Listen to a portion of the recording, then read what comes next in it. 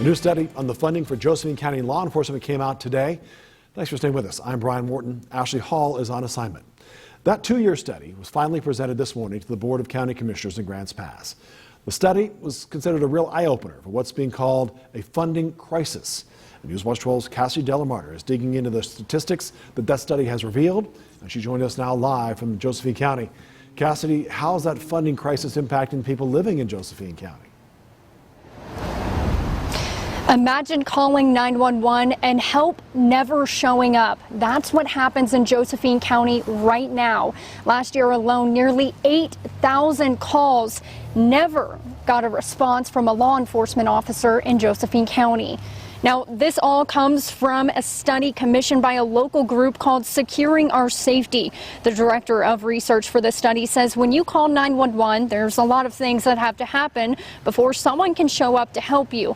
The most important thing is that people are available to respond and they're close enough to get to you during an emergency. Patrol officers are the ones to respond, and in Josephine County, there's only 23. That's one deputy for every 2,135 people.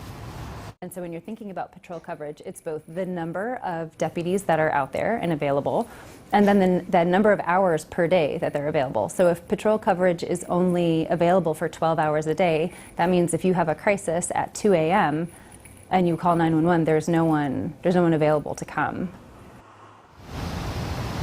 That's what happens in Josephine County, specifically for the 60% of the population that doesn't live in Grants Pass near the Department of Public Safety.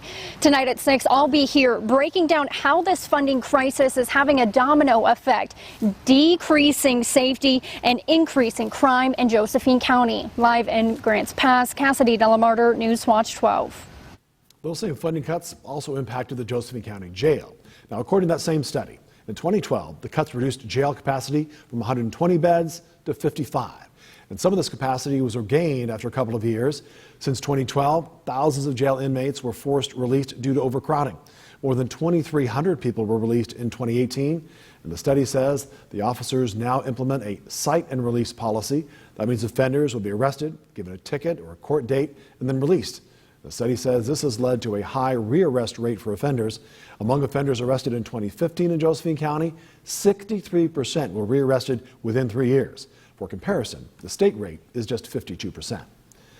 Jackson County's jail is having similar problems.